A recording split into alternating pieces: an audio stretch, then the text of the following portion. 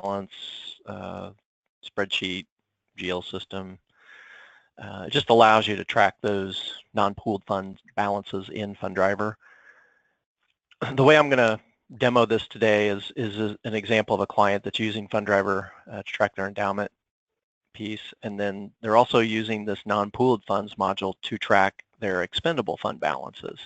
So those would be the balances that have been appropriated from spending on the endowment side. They've left the pool. They're now sitting in a balance somewhere.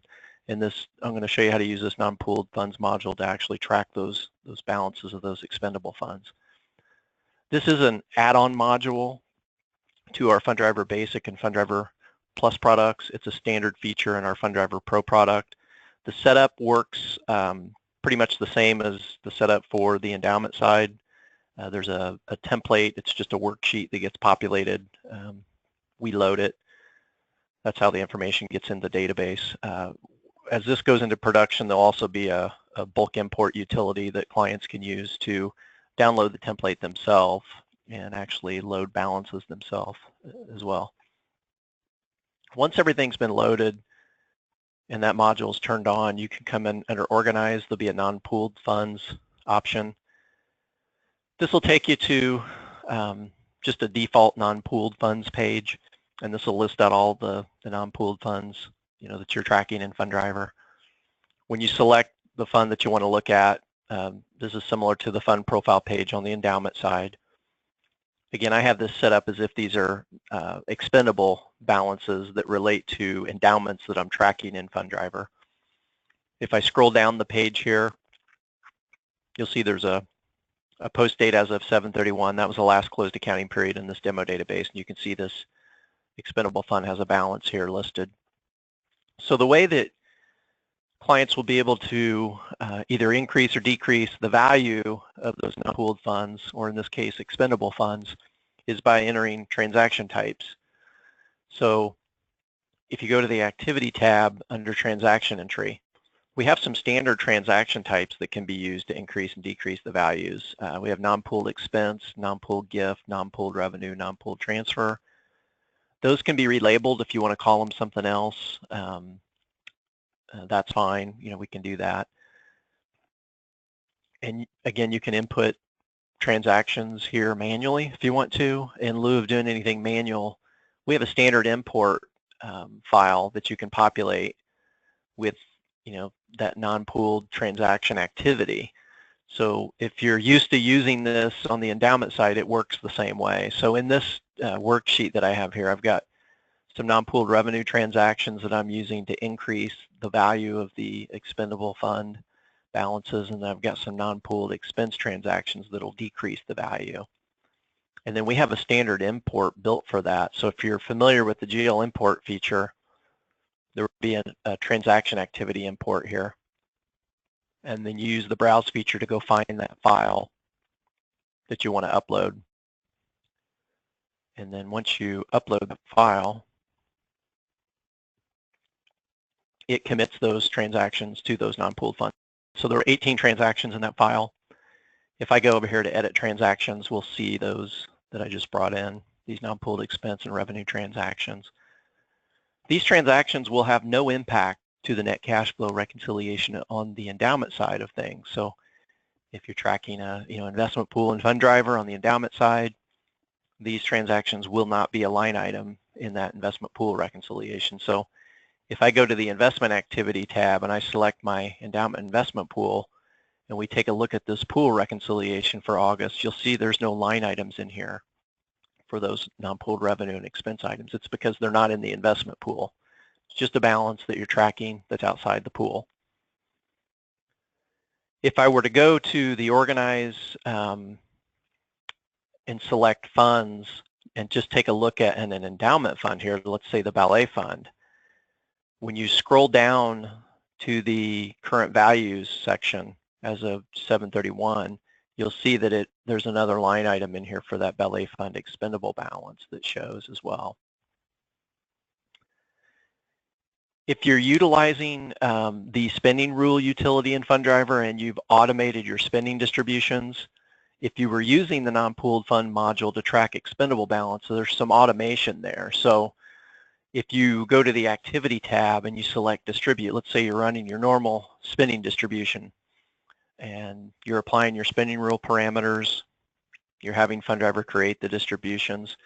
What we've done is we've automated the non-pooled transaction. So when I run this and create the spending distributions on the endowment side, it'll also create the non-pooled revenue transaction on the expendable fund side. So I'm just going to go ahead and create the distribution. So it says distribution successful. Let's go back and look at the endowment investment pool reconciliation. You'll see there's a line item in here now for that distribution. But you'll notice, again, there's no non-pooled revenue here because it has no impact on the net cash flow reconciliation on the endowment side. Once you've reconciled everything and you've closed the period, we'll go to the Report tab here. And using the user-defined reporting tool in Fundriver, I created some reports just to show here for this demo. One of those reports is this non-pooled expendable fund activity report, and I'll run this for the month of July, or I'm sorry, for the month of August. And this is, just a sample of the type of report you could use to track those non-pooled, in this case, expendable fund balances. So you see each of these, the fund names here. Here are their beginning balances. Here are the revenue transactions. This is a combination of the ones I brought in off of the standard import and also the ones that were automatically generated from the spending distribution I ran. And then here are the expense transactions that I had on the import. So if you add these columns across, you get to your ending expendable fund balance here. Another report that I created using that user-defined reporting tool is this total fund activity report. What I did here is I created a report to show not only the endowment fund activity and value, but also the expendable fund activity and value. So if we run this, again, just for the month of August,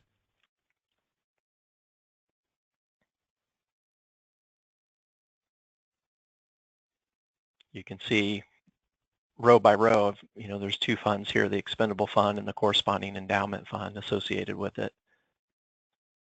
And you've got the activity for each of those.